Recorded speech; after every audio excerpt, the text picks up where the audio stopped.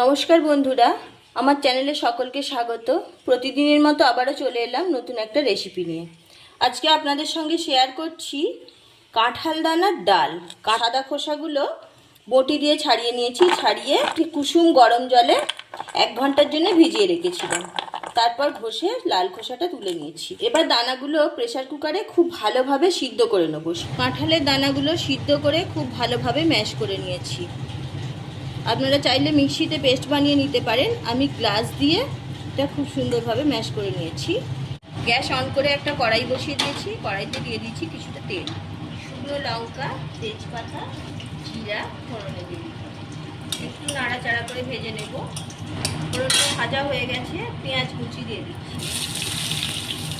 পেঁয়াজটা ভালোভাবে ভেজে নিচ্ছি। পেঁয়াজটা অনেকটা ভাজা হয়ে গেছে, দিয়ে দিচ্ছি হলুদ গুঁড়ো দেবো। আদা গ্রেট করে নিয়েছি, দিয়ে দিলাম। ভালোভাবে ভেজে নেব। ভালোভাবে ভাজা হয়ে গেছে, দিয়ে দিচ্ছি সামান্য জল। জলটা দিয়ে একটু কষিয়ে নেব।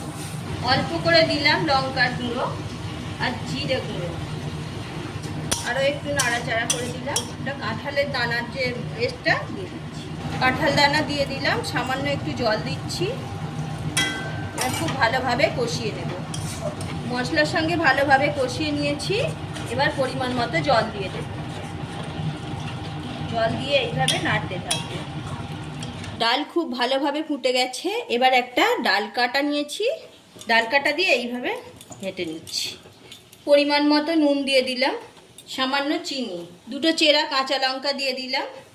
আর নুনটা ঠিকঠাক আছে কিনা একটু চেক করে নিতে হবে। 1 চামচ ঘি দিয়ে দিচ্ছি। ঘি দিয়ে দিলাম। এবার গ্যাস অফ করে দিচ্ছি। কাঁঠাল দানার ডাল রেডি হয়ে গেল। অনেকেই কাঁঠাল দানা খেতে চান না, এইভাবে ডাল বানিয়ে একবার খেয়ে দেখুন। আশা করছি খুব ভালো লাগবে। আমাদের তো খুবই ভালো লাগে। এই কাঁঠাল দানার ডাল গরম গরম ভাত কিংবা রুটির সাথে পরিবেশন করতে পারেন। খেতে অসাধারণ লাগে। একবার হলেও বাড়িতে বানিয়ে দেখুন। রেসিপি যদি ভালো লেগে থাকে অবশ্যই একটা লাইক দেবেন, কমেন্ট করে জানাবেন কেমন হয়েছে। আর যে সকল বন্ধুরা নতুন, আমার চ্যানেলটা সাবস্ক্রাইব করে পাশে থাকুন। পাশে থাকা বেল আইকন প্রেস করুন। ভালো থাকুন, সুস্থ থাকুন। আবারও দেখা হচ্ছে অন্য কোনো এপিসোডে।